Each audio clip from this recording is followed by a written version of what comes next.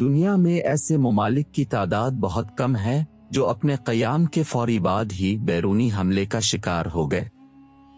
پاکستان بھی ان ممالک میں سے ایک ہے۔ قیام پاکستان کو ابھی 2 ماہ ہی گزرے تھے کہ بھارت نے کشمیر پر حملہ کر کے پاکستان کو جنگ میں الجھا دیا۔ قصہ کچھ یوں ہے کہ کشمیر بھی ان 560 سے زائد ہندوستانی ریاستوں کا حصہ تھا جنہیں آزادی کے بعد پاکستان یا بھارت میں سے کسی ایک ملک میں شامل ہونا تھا۔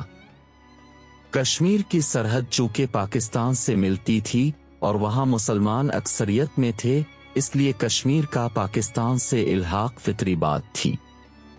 لیکن کشمیر کے مہاراجہ ہری سنگھ نے بھارت سے سازباز شروع کر کے کشمیر میں پاکستان کی حمایت کرنے والے مسلمانوں کا قتل عام شروع کر دیا۔ لیکن کشمیریوں نے راجہ کے ارادے بھانپ کر اس کے خلاف بغاوت کر دی۔ پاکستان سے بھی ہزاروں قبائلی اپنے کشمیری بھائیوں کی مدد کے لیے پہنچ گئے۔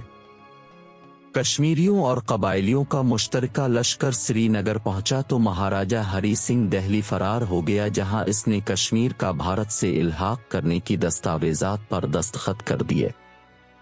اس واقعہ کے بعد بھارت نے جنگی طیاروں سے فوج کشمیر میں اتار دیں اور سری نگر پر قبضہ کر لیا۔ اس وقت پاکستان کی وسائل سے محروم ہو چکے برطانوی سربراہ جنرل ڈگلس گریسی نے قائد اعظم کے واضح احکامات کے باوجود کشمیر میں بھارت کا مقابلہ کرنے سے انکار کر دیا۔ تاہم بعد میں جب بھارت نے اپنا قبضہ مستحکم کر لیا تو جنرل گریسی کو کشمیر میں فوج بھیجنے پر کوئی اعتراض نہ رہا۔ اگرچہ تب تک بہت دیر ہو چکی تھی، پھر بھی پاک فوج نے گلگت بالتستان اور آزاد کشمیر کا کامیاب دفاع کیا۔ جنگ جاری تھی کہ بھارت اس معاملے کو اقوام متحدہ میں لے گیا۔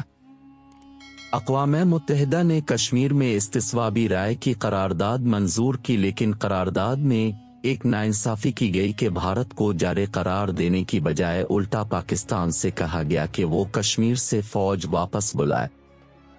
قائد اعظم نے یہ قرارداد غیر منصفانہ قرار دے کر مسترد کی، تاہم ان کی وفات کے بعد وزیر اعظم لیاقت علی خان اس قرارداد کے تحت جنگ بندی پر آمادہ ہو گئے اور 1 جنوری 1949 کو کشمیر میں جنگ بندی ہو گئی۔ 1948 میں ایک طرف پاکستان بے سر و سامانی کے عالم میں حالتی جنگ میں تھا، دوسری طرف بانی پاکستان شدید بیمار ہو گئے، لیکن بیماری بھی انہیں گورنر جنرل کی حیثیت میں پاکستان کی خدمت کرنے سے نہیں روک سکی۔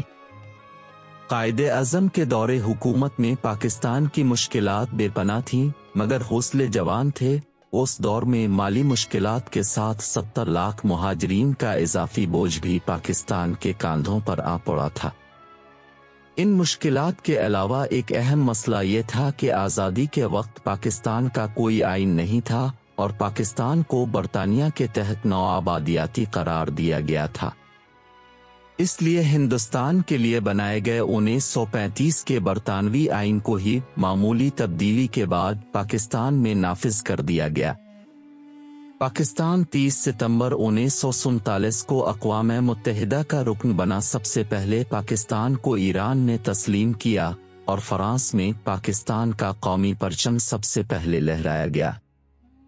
لیکن ایک اور بات جسے شاید بہت کم لوگ جانتے ہوں کہ جب پاکستان اقوام متحدہ کا رکن بنا تو دنیا میں صرف ایک ملک تھا جس نے پاکستان کو تسلیم کرنے سے انکار کیا، اور وہ ملک تھا برادر اسلامی ملک افغانستان۔ تو یہ وہ سب حالات تھے جن میں قائد اعظم کو انتہائی بیماری کی حالت میں بلوچستان کے شہر زیارت سے کراچی لایا گیا، لیکن انہیں اس حالت میں لے جانے کے لیے ایک کھٹارہ سے ایمبولینس بغیر نرس کے بیچ دی گئی۔ اس پر ستم یہ کہ ایمبولینس قائد اعظم کو ان کی رہائش گاہ تک پہنچانے سے پہلے ہی راستے میں خراب ہو گئے۔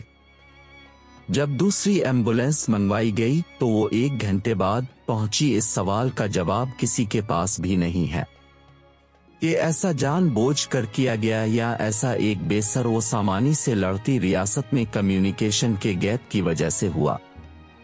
ایسا بھی کہا جاتا ہے کہ قائد اعظم کی آمد کے بارے میں لیاقت علی خان آگاہ ہی نہیں تھے۔ یہ عذر بھی پیش کیا جاتا ہے کہ اس وقت پورے کراچی میں صرف 2 ایمبولینسز تھی۔ جن میں سے ایک کو قائد اعظم کے لیے بھیج دیا گیا۔ شاید یہ ایک کمیونیکیشن کی تاریخی غلطی ہو، لیکن بہت سے لوگ آج بھی یہ مانتے ہیں کہ خراب ایمبولینس بھیجنا ایک سوچی سمجھی سازش تھی۔